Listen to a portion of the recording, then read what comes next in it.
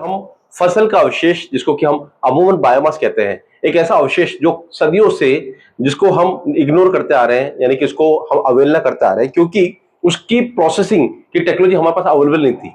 यानी कि किसान बेचारा जो खेती में बहुत मुश्किल से कर करके पैसा कमा पाता है, उसको तकनीक का क्या आभास हो और तकनीक की जरूरत क्यों हो, क्योंकि इससे पहले डिस्कशन हुआ ही नहीं और पिछले 3-4 साल से इस पूरे विषय के ऊपर गंभीरता से सोचा जा रहा है क्योंकि ये सब जो जल रहा है, सड़ रहा है, गल रहा है आपके फार्म के अंदर, वो अवशेष नहीं है, वो एक वैल्यूएबल फ्यूल है जो कि हम टेक्नोलॉजी के और नॉलेज के अभाव में हम वेस्ट कर रहे थे। दोस्तों, अगर हम देखें वर्तमान के अंदर एक बड़ा असंतुलन हमारे सिस्टम में हम देखने को मिलता है। एक तरफ जहां पर हम कोयले की खदान से कोयला निकाल रहे हैं और लगातार बढ़ाते जा रहे हैं। पिछले अगर इस साल का डाटा देखा जाए, 2025 का 24 का हम डाटा देखें तो सरकार का कहना है कि हमने 114 करोड़ टन कोयला निकाला। इससे पिछले वर्ष में ये 92 करोड़ टन था, यानी कि 22 करोड़ टन की सरकार ने इसमें बढ़ोतरी की। लेकिन इसके साथ साथ अगर हम देखें तो एक बड़ी भारी मात्रा में जो कि कई लाखों करोड़ टन का बायोमास है, वो हम लोग अमूमन जो जला रहे सड़ा रहे, क्योंकि हमारे किसान के पास दो असुविधा है।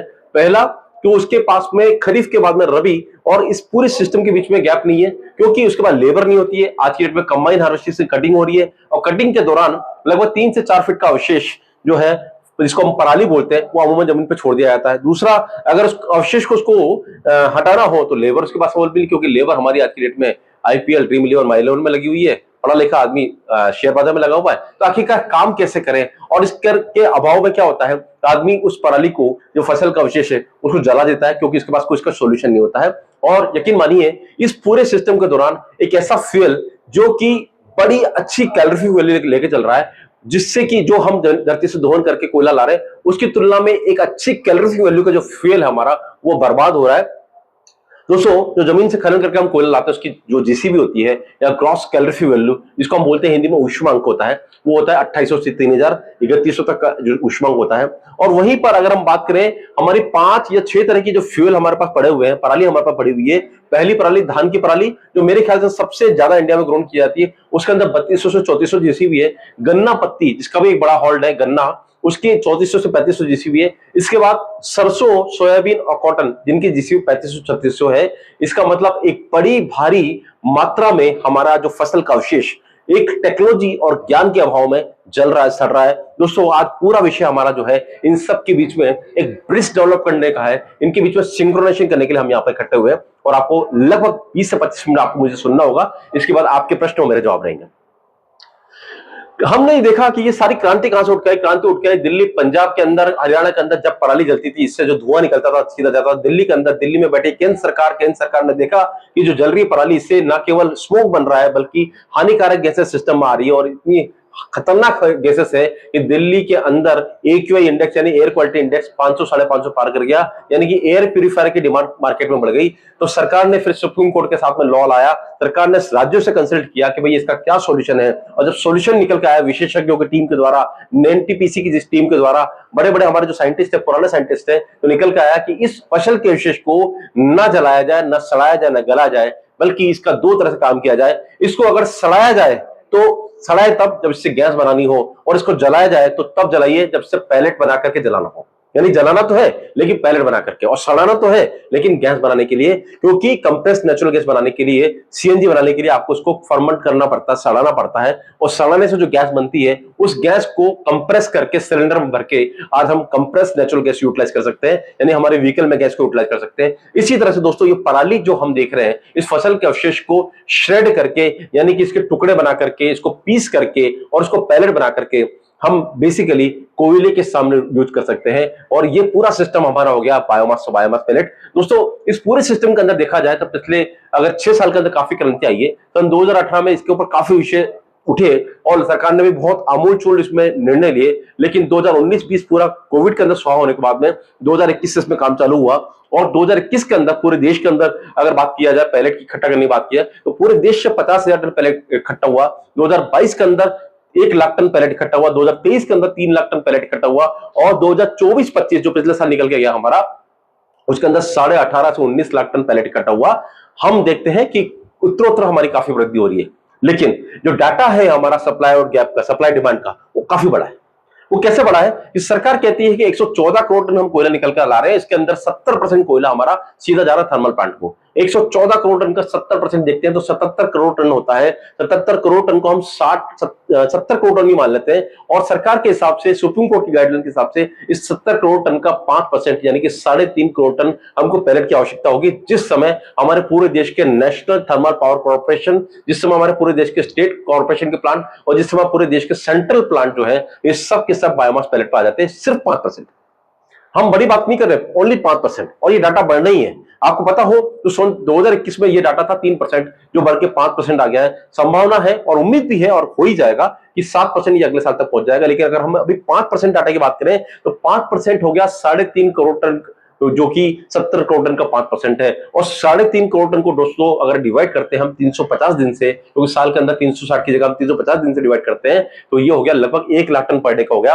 यानी कि वर्तमान में अगर बात किया जाए, जब सारे प्लांट इस सिस्टम पर आ जाएंगे तो डिमांड होगी 1 लाख टन पर डे की। और उसके सामने अभी हमारी जो अवेलेबिलिटी आज की डेट में हम पहुंच पाए हैं वो है 7,000 टन। 1 लाख टन की जगह हम 7,000 टन पर डे का डाटा अचीव कर पाए हैं, जो कि बहुत बढ़ने की संभावना है।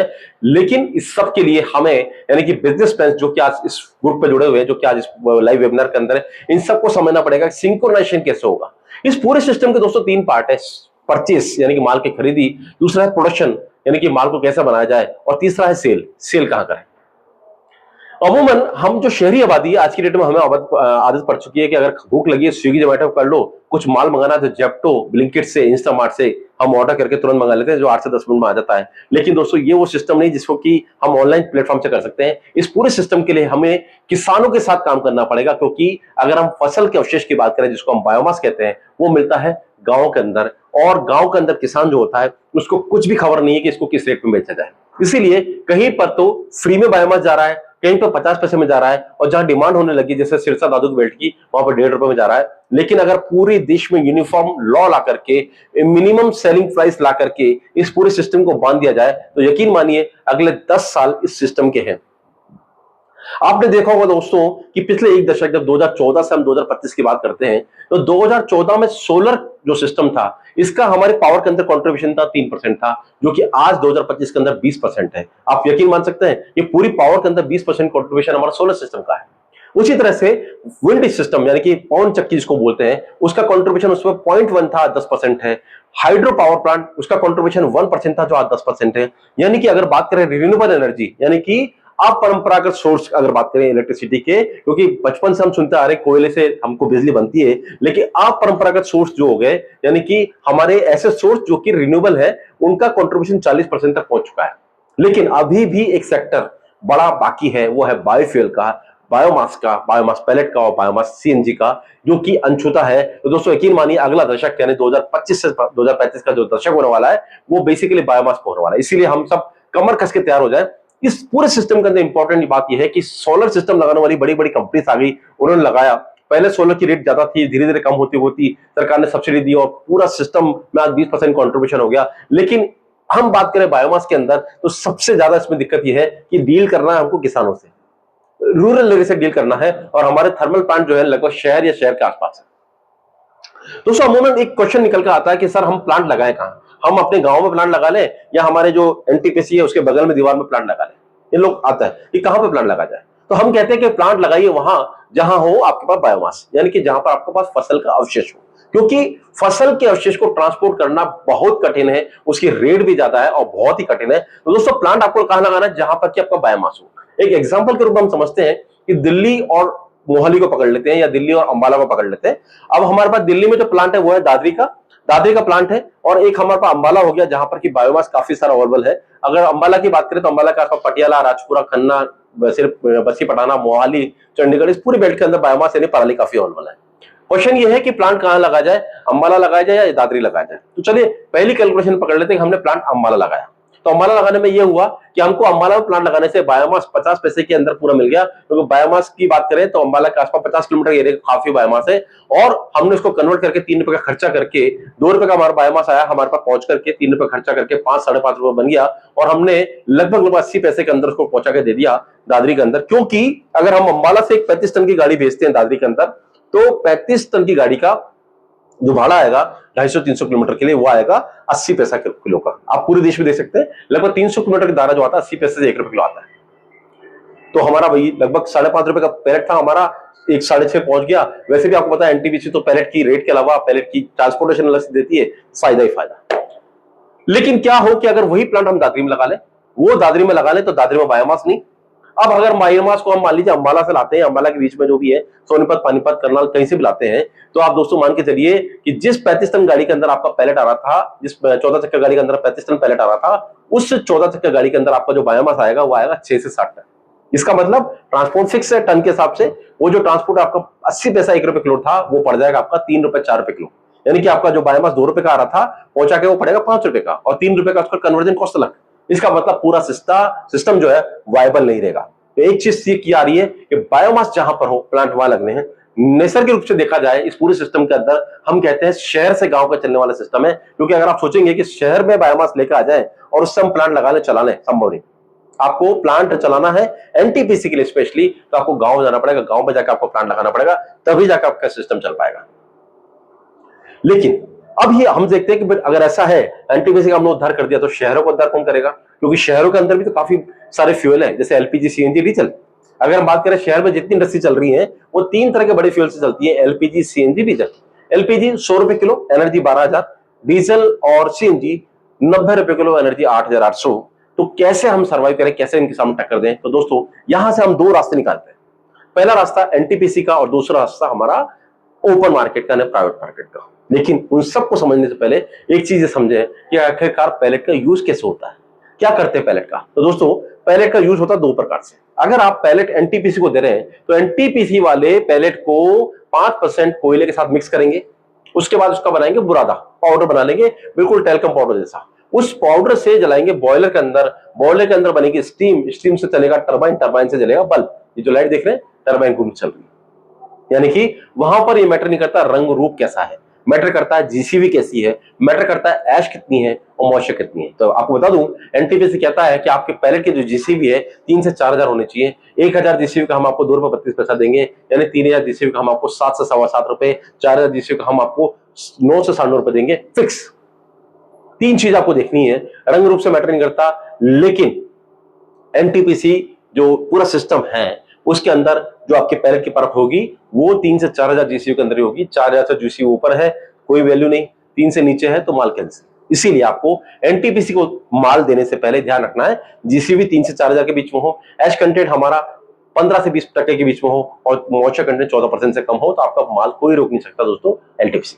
लेकिन वही बात करें हम ओपन मार्केट की, यानी कि शहरी मार्केट की, जो कि अभी डीजल जला रहा है, गैस जला रहा है और फर्नेस ऑयल जला रहा है। ये क्या करते हैं, अपनी अपनी भट्टी के अंदर एक बर्नर लगाते हैं जिसके अंदर डीजल का टैंक लगा रहता है या गैस की टंकी जुड़ी रहती है, उससे जलता है, कम बंद होता है, जलता है, बंद होता है।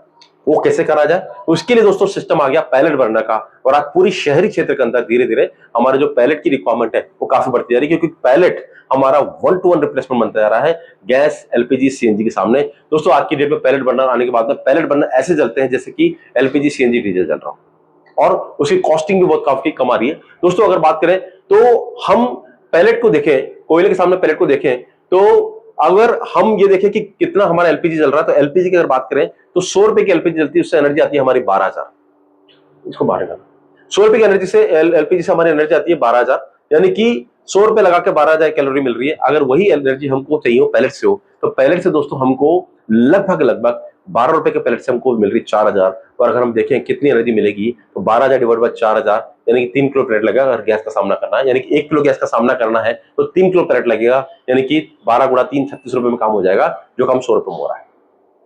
वहीं पर डीजल, एलपीजी की बात करें, डीजल और सीएनजी की बात करें तो 90 रुपए के अंदर 8,800 एनर्जी मिल रही है, यानी कि 8,800 डिवाइड बाय 4,000 कर लिया, यानी कि आपका लगभग 2.5 किलो पैलेट लगेगा अगर आप डीजल और सीएनजी की आप बात कर रहे हैं। और ये रेट हो जाएगी आपकी 30 रुपए के आसपास हो जाएगी, क्योंकि आपका 2.5 किलो पैलेट लग रहा है, 12 रुपए का पैलेट है आपका, 30 रुपए हो जाएगी, यानी कि आपका 90 रुपए के सामने 30 रुपए में काम हो जाएगा। यानी कि लगभग बात करें शहरी क्षेत्र के अंदर 1/3 काम हो जाएगा। दोस्तों हम वर्षों से अंधकार में थे, लेकिन कहते हैं ना जब जिस चीज का उदय हो जाए तभी ठीक है। और धीरे धीरे दोस्तों इस पूरी सिस्टम के अंदर इतनी रफ्तार आ रही है, क्योंकि शहरी क्षेत्र के अंदर भी लोग जो है वो पैलेट को अपनाने लगे हैं। और इसका सबसे बड़ा रीजन रहा पिछले दिनों दिल्ली के अंदर केंद्र और राज्य सरकार जब टकराई सीलिंग के लिए, फैक्ट्री सीलिंग के लिए, वहां पर लोगों ने सोचा फैक्ट्री सीलिंग पॉल्यूशन की वजह से हो रही है, तो क्यों ना हम एक अल्टरनेटिव उपाय लेकर आए। तब लोगों ने डीजल पेट्रोल सीएनजी से हट करके पैलेट बनने लगा चालू किया। उसका परिणाम है कि आप 1/3 सेविंग कर पा रहे हैं। पैलेट बनने जिसकी कॉस्ट कुछ लाखों में होती है वो 2 से 3 महीने में चुक जाती है, उसके बाद पूरा कमाई। तो दोस्तों मार्केट की कीमत है पैलेट की वो है 12 से 13 रुपए, लेकिन फिर मैंने बताया एनटीपीसी आपको 4000 से 4500 जीसीयू का कितना देता है, 9 से 9.5 रुपए देता है। तो वही मार्केट आपको 4 से 4500 जीसीयू का देता है 12 से 13 रुपए। ऐसा फर्क क्यों? ऐसा फर्क इसलिए है क्योंकि एनटीपीसी कहता है जीसीयू 4000 9 से 9.5 रुपए मिल जाएंगे, लेकिन एज कंटेंट 15 से 20%, मॉइस्चर कंटेंट 14%। लेकिन मार्केट कहता है कि भैया हम इतनी ऐश को, इतनी मॉइस्चर को झेल नहीं पाएंगे, हम आपको 4 से 4.5 जीसीयू का 12 से 13 रुपए दे देंगे, लेकिन इसका ऐश कंटेंट होना चाहिए 3 से 4%, 3 से 4%, मॉइस्चर कंटेंट होना चाहिए 6 से 7%, तब जाके हम देंगे। तो दोस्तों क्या प्रोडक्ट है जिनसे ऐसा पैलेट बन सकता है? वो प्रोडक्ट है लकड़ी, या लकड़ी का बुरादा, मूंगफली का छिलका, उसके बाद बैम्बू का पाउडर हो गया, नेपियर हो गया, या फिर कोकोनट का शेल हो गया।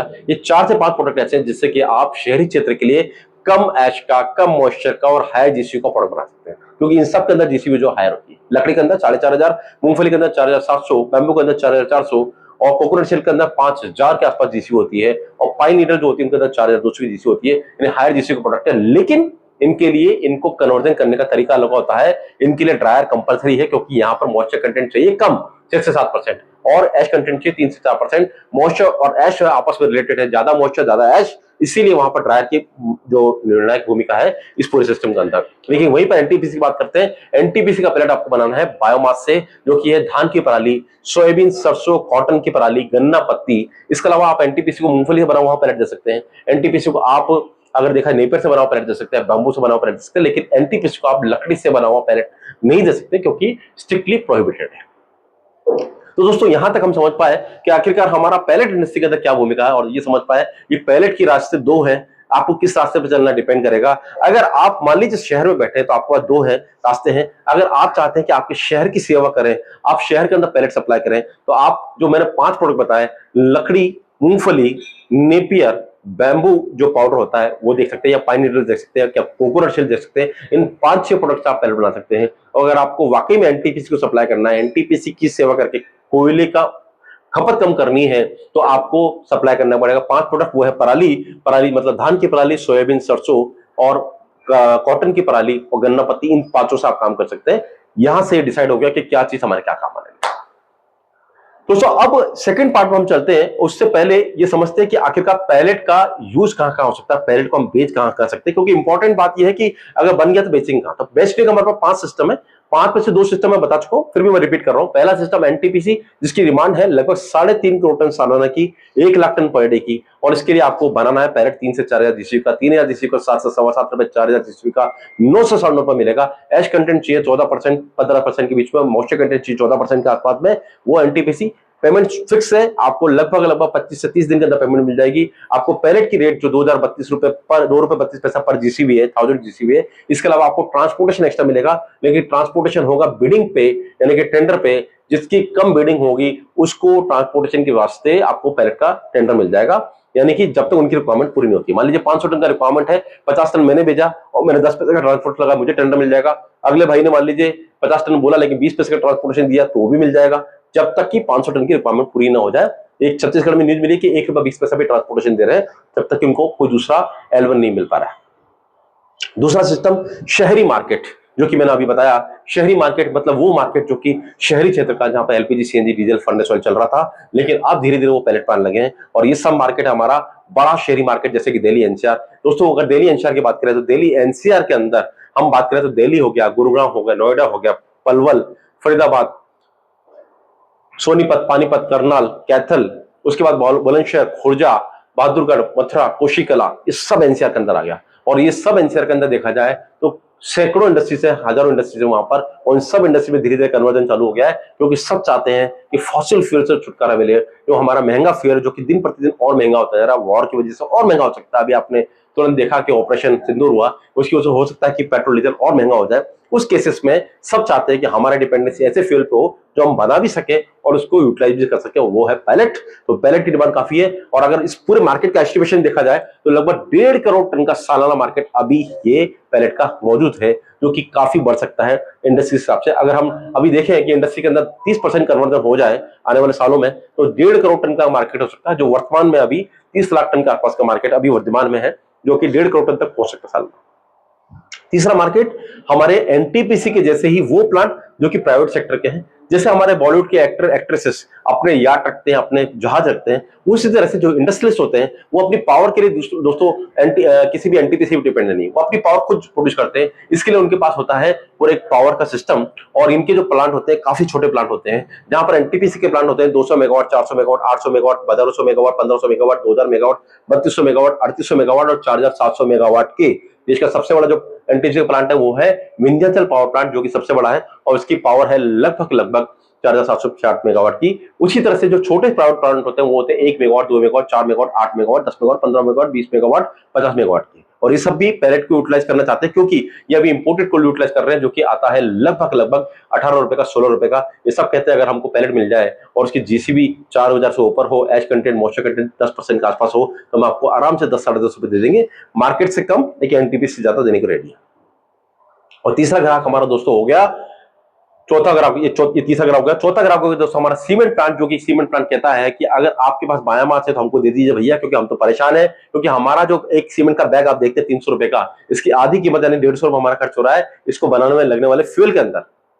और इसी तरह से सीमेंट प्लांट कहते हैं कि बायोमास को हमको, अगर आपके पास बायोमास है तो हमको 15% मॉइस्चर से कम और 8 से 10 mm साइज का पार्टिकल का हमको बायोमास दे दीजिए, पैलेट मत बनाइए, हमको दे दीजिए, हम इसको यूटिलाइज कर लेंगे। और इस तरह से देश के अंदर अल्ट्राटेक सीमेंट, सी सीमेंट, डालमिया सीमेंट, ऐसे कुछ सीमेंट प्लांट ने चालू कर दिया। सीमेंट प्लांट का मार्केट देखा जाए तो लगभग 50 लाख से 60 लाख टन का, 50 से 60 लाख टन का मार्केट सालाना सीमेंट प्लांट का हो सकता है दोस्तों। ये भी एक सोचने वाली विषय है। और पांचवा सिस्टम हो गया दोस्तों, पांचवा कैसे यूज करेंगे वो है फ्रेंचाइजी सिस्टम, यानी आपके पास अगर बायोमास है, आपके पास जमीन है, आप प्लांट लगाइए। देश के अंदर बड़े बड़े प्लांट जैसे अडानी, अंबानी, टाटा, विप्रो, एयरटेल, सुनील भारती, ये सब के सब आपसे रॉ मटेरियल देकर के पैलेट बनाने के लिए रेडी है और आपको इसके लिए एक अच्छी खासी कीमत देने के लिए रेडी है, कन्वर्जन कॉस्ट देने के लिए रेडी है। आप ये काम भी कर सकते हैं दोस्तों और इससे आप अपना प्लांट चला सकते हैं। तो दोस्तों ये 5 सिस्टम हुए जिससे कि आप प्लांट चला सकते हैं, सर्वाइव कर सकते हैं। अब आते हैं हम वो सिस्टम जिससे कि हम बायोमास से बायोमास पैलेट कैसे बनाएं, उस पूरे सिस्टम पर आते हैं। दोस्तों मैं आपको प्लांट दिखाने जा रहा हूं, वो कैसा प्लांट होगा वो आप देखिए। तो आप प्लांट दिखाने के लिए मैं आपको बता दूं कि हम जो प्लांट बताएंगे वो होगा वर्सेटाइल प्लांट, यानी कि ऐसा प्लांट जिसके अंदर हम धान की पराली से लेकर के हम 5 तरह की पराली और हमारे मार्केटेबल जो प्रोडक्ट है जैसे लकड़ी, नेपियर, हमारे पास कोकोनट शेल है या हमारे पास मान ली मूंगफली है, इन सबसे पहले बना लें। तो ऐसा प्लांट मैं आपको दिखाने जा रहा हूं, ध्यान से देखिए, कोई इंपॉर्टेंट पार्ट है। उसके बाद हम देखेंगे प्लांट की क्या क्या मॉडल है। तो सबसे पहले हम देखते हैं कि प्लांट का क्या क्या हमारे पास मशीनरीज है। और दोस्तों प्लांट की अगर बात करें तो सबसे पहला प्लांट, अगर बात करें प्लांट के अंदर हमारा जो मटेरियल आता है वो है शेडर मशीन। अगर आप देख पा रहे हैं ये शेडर मशीन है। शेडर मशीन का काम क्या है दोस्तों कि जो आपकी 5 तरह की पराली आती है, आज की डेट में पराली को कोई भी लूज फॉर्म में नहीं रखता। पराली को लोग क्या करते हैं, बंडल बना करके, जिसको हम बोलते हैं बेल बना करके रख देते हैं। क्योंकि अगर हम बात करें 1 एकड़ के अंदर पराली अगर मान लीजिए 500 टन आ रही है तो बेल बनाने के बाद में वो आती है 1800 टन।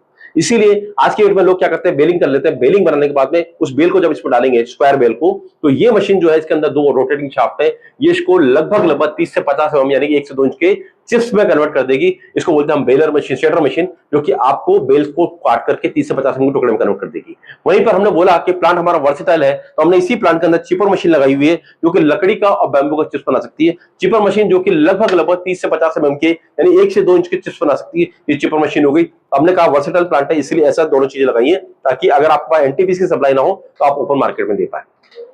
तीसरा सिस्टम आ गया, इन दोनों से जो चिप्स निकल के आ रहे हैं वो 30 से 50 mm के हैं, लेकिन बायोमास इंडस्ट्री के अंदर 30 से 50 mm का सिस्टम नहीं चलेगा। आपको चाहिए पाउडर की साइज 6 से 10 mm की, और 6 से 10 mm की पाउडर साइज होगी आपसे हैमर मिल से। ये आप जो देख पा रहे हैं ये हैमर मिल मशीन है। इस हैमर मिल मशीन के अंदर जब हम चिप्स को डालते हैं जो पीछे से आ रहे हैं, तो ये हैमर मिल इसको ग्राइंडिंग करती है, क्योंकि जाली और रोटर के बीच में मटेरियल ग्राइंडिंग होता है, और ग्राइंडिंग होने के बाद ये मटेरियल आता है हमारा साइक्लोन से आगे चला जाता है। इस पूरे सिस्टम का दोस्तों जो हमारा बायोमास है, जो चिप्स आ रहा है, वो 6 से 10 mm के पाउडर में कन्वर्ट हो जाएगा, which is the ideal size for converting into the palette.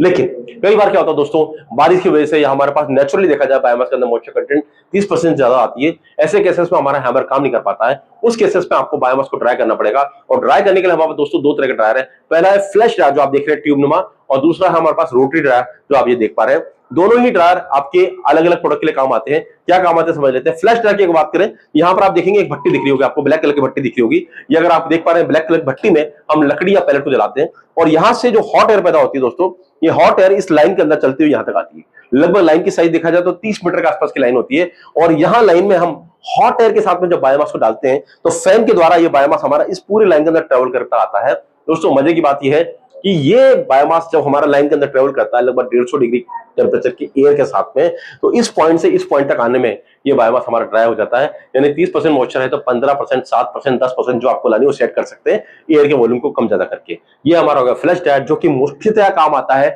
उन प्रोडक्ट के अंदर जो कि हवा के साथ उड़ सकते हैं, जैसे कि लकड़ी का बुरादा, बैम्बू का पाउडर, नेपियर, या धान की पराली हो गई, या गन्ना पत्ती हो गई। ऐसे प्रोडक्ट जो हल्के हैं और हवा के साथ ट्रेवल कर सकते हैं, उड़ सकते हैं, उन सब के लिए हमारा फ्लैश ड्रायर काम आता है। सबसे इकोनॉमिक, सबसे एफिशिएंट, सबसे सस्ता।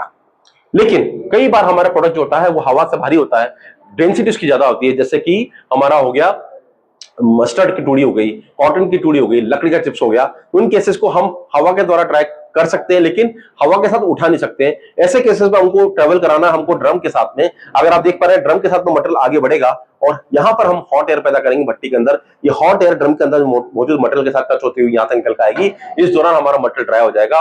दोस्तों अब जब बात करते हैं वर्सेटिलिटी की, तो हमारा वर्सेटाइल ड्रायर होता है हमारा रोटरी ड्रायर, क्योंकि ये ड्रायर ना केवल हमारा हैवी मटेरियल को बल्कि लाइट वेट मटेरियल को भी ड्राई कर देता है। इसलिए वर्सेटाइल ड्रायर की बात करते हैं तो हो गया रोटरी ड्रायर। और अगर हम बात करते हैं सिर्फ स्पेसिफिक बात करें तो हमारा फ्लैश ड्रायर सबसे इकोनॉमिक है। लेकिन अगर बात करें वर्सेटाइल ड्रायर यानी कि जहां पर चिप्स को ड्राई करना है या फिर लाइट वेट पाउडर को ड्राई करना है, तो हमारा जो रोटी ड्रायर है वो सबसे बढ़िया है। यानी कि आपको ये तय करना है कौन सा ड्रायर आप लेना चाहते हैं, लेकिन दोनों की यूजेस अलग अलग है। इसके बाद दोस्तों हमने ड्राई कर लिया, चिप्स भी बना लिया, और इसके बाद हमने उसको पाउडर भी कन्वर्ट कर लिया। उसके बाद हम पाउडर को लेकर आते हैं, जो कि सूखा हुआ पाउडर 6 से 8 mm 10 mm की साइज है और मॉइस्चर उसके अंदर 15% के आसपास है। उसको लेकर आते हैं पैलेट मशीन के अंदर। यहाँ पे देख पा रहे हैं पैलेट मशीन, यह है योलोंग पैलेट मशीन, जो कि विश्व की सबसे विख्यात, अनफॉर्चुनेटली जिनका प्लांट चाइना के अंदर है, यानी कि प्लांट चाइना के अंदर है योलोंग पैलेट मशीन, लेकिन कायदे की मशीन, ऐसी मशीन फिट एंड फॉरगेट। इस मशीन के अंदर आप 6, 8, 10 mm का पैलेट बना सकते हैं। और ये पैलेट जो बनते हैं आपके दोस्तों, इसकी डाई अलग अलग होती है, यानी कि अगर आपको एक ही प्लांट के अंदर अलग अलग मटेरियल बनाना है उसके लिए डाई आपको अलग अलग लानी पड़ेगी। इसके बाद जो पैलेट बन गया उसको लाते हैं ग्रेडर मशीन पे। ये ग्रेडर मशीन को अगर आप देखें तो इस ग्रेडर मशीन के अंदर हम लोग पाउडर निकाल सकते हैं, पूरे प्रोसेस के अंदर बना हुआ पाउडर निकाल सकते हैं। उसके बाद हम लाते हैं इसको कूलर मशीन पे, ठंडा करते हैं, उसको पैकिंग कर देते हैं। यानी 8 सिस्टम हमारे पास हो गए, shredder, chipper, hammer, dryer, palletizer, grader, cooler और पैकिंग मशीन। इन 8 सिस्टम से हम किसी भी बायोमास से पैलेट बना सकते हैं। लेकिन यकीन मानिए ये पैलेट कोयले का रिप्लेसमेंट है, कोयला नहीं है।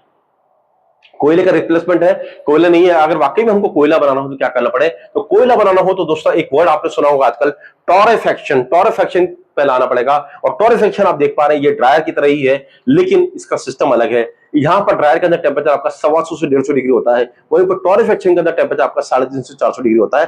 बचपन में आपने सुना होगा एक कढ़ाई के अंदर हम लकड़ी के चिप्स को अगर डाल देते थे, नीचे से आग लगा देते थे, तो धीरे धीरे वो लकड़ी का चिप्स काला बन जाता था, उसके अंदर कुछ लिक्विड निकलता था, कुछ गैसेस निकलती थी। वही था दोस्तों चारकोल या फिर टॉरिफाइड प्रोडक्ट। वही काम हम इससे करने जा रहे हैं, लेकिन ये काम हो गया ऑटोमेटेड। यहाँ पर भट्टी लगी हुई जिसके अंदर हमने लगा रखे हैं गैस के बर्नर। इन गैस के बर्नर से हमारा पूरा जो एक चैम्बर है, रोटेटिव ड्रम है, चलता है। इस रोटेटिव ड्रम के आगे होते हैं 1 रोटेशन पर मिनट का। इसके अंदर 4 चैम्बर है, प्री ट्रीटमेंट, हीट ट्रीटमेंट, उसके बाद पैरालिसिस जोन और फिर कूलिंग जोन। इन पांचों चैम्बर, चारों चैम्बर के अंदर से मटेरियल जब निकलता है तो यकीन मानिए 3200 जीसीवी का जो प्रोडक्ट है वो पहुंच जाता है 4500 जीसीवी का। हमने खुद ने ट्रायल किए हुए।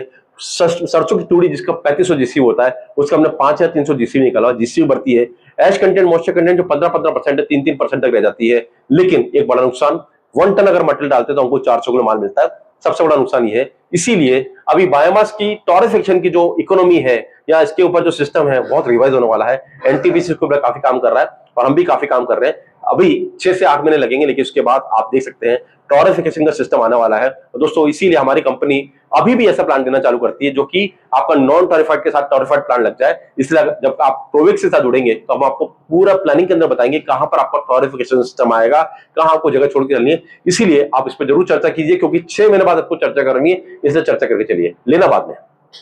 चलिए दोस्तों, हमने बताया कि आपको कैसे किस तरह के प्लान से आप हमारा पैलेट को बना सकते हैं। दोस्तों अब आते हैं हम लास्ट सेगमेंट पे, यानी कि पैलेट के क्या क्या मॉडल हमारे पास पे है। तो दोस्तों हमारे पास 5 मॉडल है, 500 किलो प्रति घंटा, 1 टन प्रति घंटा, 2 टन प्रति घंटा, 5 टन प्रति घंटा और 10 टन प्रति घंटा। अगर 20 घंटे के अंदर बात करें, 500 किलो प्रति घंटा मतलब 10 टन पर डे, 1 टन प्रति घंटा यानी कि 20 टन पर डे, 2 टन प्रति घंटा मतलब 40 ton per day, 5 ton per our मतलब 100 टन पर डे और 10 टन पर आवर मतलब 250 टन पर डे। पांचों को समझ लेते एक बार। 500 किलो प्रति घंटा यानी 10 टन पर डे, इस प्लांट के लिए जगह चाहिए आपको 4 से 7,000 स्क्वायर फीट की, बजट चाहिए लगभग 50 से 60 लाख रुपए का और पावर चाहिए आपको 150 केवी की। दूसरा प्लांट 1 टन पर आवर यानी कि 20 टन पर डे, इस प्लांट के लिए जगह चाहिए आपको 8 से 10,000 स्क्वायर फीट की, बजट चाहिए लगभग 90 लाख से 1 करोड़ का और पावर चाहिए आपको 180 से 200 केवी। तीसरा प्लांट यानी 2 टन पर आवर यानी कि 40 टन पर डे का प्लांट है। 2 टन पर आवर यानी 40 ton per day plant, most demanding plant from the NTPC and the open market. 2 ton per hour यानी 40 टन पर डे का plant, इस plant के लिए जगह चाहिए आपको 15,000 स्क्वायर फीट की जगह चाहिए। इसके लिए बजट चाहिए आपको लगभग 1.5 करोड़ रुपए का और पावर चाहिए आपको 350 से 400 केवीए। इस प्लांट के लिए दोस्तों जैसे मैंने बताया मशीन का कॉस्ट तो 1.5 करोड़ का है, बजट चाहिए आपको अलग भी चाहिए। जैसे शेड बनाया आपने मान लीजिए 15,000 स्क्वायर फीट का, 500 रुपए स्क्वायर फीट के हिसाब से 75 लाख का शेड हो जाएगा। 350 केवी का ट्रांसफॉर्मर आपको 25 लाख के अंदर आएगा। 75 + 25 1 करोड़ रुपए हो गया, प्लांट का बजट हो गया 1.5 करोड़ का। टोटल मिला के 1.5 + 1 यानी कि 2.5 करोड़ का बजट लगेगा अगर आपको 2 टन पर आवर का प्लांट लगाना। मोस्ट डिमांडिंग प्लांट दोस्तों यकीन मानिए। चौथा हो गया 5 टन पर आवर का यानी कि 100 टन पर डे का प्लांट, इस प्लांट के लिए जगह चाहिए आपको 20 से 35,000 स्क्वायर फीट की यानी लगभग 1 एकड़ के आसपास। इसके लिए बजट चाहिए आपको 2.5 से 3 करोड़ रुपए का और इसके लिए पावर चाहिए आपको 900 से 1000 केवीए। और पांचवा प्लांट 10 टन पर आवर यानी कि 250 टन पर डे, इस प्लांट के लिए जगह चाहिए आपको 35 से 60,000 स्क्वायर फीट की यानी कि मोर देन 1 एकड़ यानी कि 1.5 एकड़ के आसपास की। बजट चाहिए लगभग 5.5 से 6 करोड़ रुपए का और पावर चाहिए इसके लिए 1500 केवीए। ये पांचों मॉडल है दोस्तों, इनमें से कोई भी मॉडल आप चुन सकते हैं। इंपॉर्टेंट बात ये आती है दोस्तों कि इस पूरे सिस्टम के अंदर हमने खूबियां तो गिनाई, इसके चैलेंजेस क्या है। तो दोस्तों जैसा मैंने बताया पूरे सिस्टम के अंदर 3 पार्ट है, procurement, production and sales. Sales की कमी नहीं है, प्रोडक्शन के लिए हमने प्लांट आपको बता दिया, लेकिन जो काम आपको खुद को करना है वो है प्रोक्यूरमेंट, यानी किसान से जाकर मटेरियल की खरीदी आपको खुद को करनी है। इसीलिए इस पूरे सिस्टम के अंदर हमको गांव का रुख करना पड़ता है। दोस्तों इस पूरे सिस्टम के अंदर मैंने बताया कि गांव के अंदर किसानों से जब आप डील करेंगे तो आपको उनके साथ एफपीसी यानी फार्मर प्रोड्यूसर कंपनी या फार्मर प्रोड्यूसर ऑर्गेनाइजेशन बना के काम करेंगे तो आपको सालों साल माल मिलता रहेगा, माल की रेट भी फिक्स मिलती रहेगी। इसमें हमारी सरकार से 4 डिमांड है। सरकार चाहे तो इस पूरे बिजनेस को एग्रीकल्चर बिजनेस में डिक्लेयर कर दे तो इससे हमारा जो इक्विपमेंट है वो सस्ता हो जाएगा। एग्रीकल्चर बिजनेस डिक्लेयर करने से हमारे गांव के अंदर अगर एनए करने की जरूरत ना रहे यानी कि नॉन एग्रीकल्चर करने की जरूरत ना रहे तो काफी सारे बिजनेस लग सकते हैं। दूसरा, सरकार चाहे तो पॉल्यूशन के नॉर्म्स को 2 साल के लिए थोड़ा ठंडा कर सकती है, क्योंकि वैसे ही शहरों में काफी पॉल्यूशन हो रहा है। गांव में 2 प्लांट लग जाए तो कोई दिक्कत की बात नहीं है। 2 साल के लिए अगर पॉल्यूशन उनको शिथिल कर दे तो इससे काफी प्लान लगेंगे। तीसरा, सरकार एआईएफ के अंदर यानी कि एग्रीकल्चर इंफ्रास्ट्रक्चर फंड के अंदर अगर ये लोन की जो इंटरेस्ट रेट है वो अगर 10 की जगह 5.5% करते तो काफी प्लान लग सकते हैं। और चौथा सबसे बड़ा, एग्रीकल्चर इक्विपमेंट आपका 5% जीएसटी पे आता है। सरकार चाहे तो बायोमास मशीनरी को 18 की जगह 5% जीएसटी पे कर दे तो 13% जीएसटी आप लोगों की सेविंग होने वाली है, हमको भी सेविंग होगी। तो इस तरह से आप चाहें तो सरकार अगर चाहे तो इस तरह से इस पूरे सिस्टम को गति दे सकती है। सरकार कर रही है अपनी तरफ से कोशिश। 2014 से 2025 के अंदर आमूलचूल परिवर्तन हम देखते आ रहे हैं। हमारे रिन्यूएबल सेक्टर काफी तेजी बढ़ा है, लेकिन दोस्तों बायोमास सेक्टर को बढ़ाने के लिए हम सबको मिलकर काम करना पड़ेगा। इस सेक्टर अभी अछूता है, 1% से भी कम काम हुआ है और हमको अगर 30% पहुंचना है तो अगले 10 साल लगाने पड़ेंगे। दोस्तों मिलकर काम करते हैं इसके लिए। थैंक यू सो मच कि आपने मुझे सुना, लेकिन इसके बावजूद आपके मन के अंदर कोई क्वेरी हो तो 7073642737 7073642737 ये मेरा नंबर है, जिसमें 9 से लेकर शाम के 7 बजे तक मुझसे बात कर सकते हैं और हमारी कोटा, पुणे, गुवाहाटी किसी भी फैक्ट्री पर आप विजिट कर सकते हैं। Thank you so much for watching, thank you so much for connecting. आप जो लोग प्रश्न पूछना चाहते हैं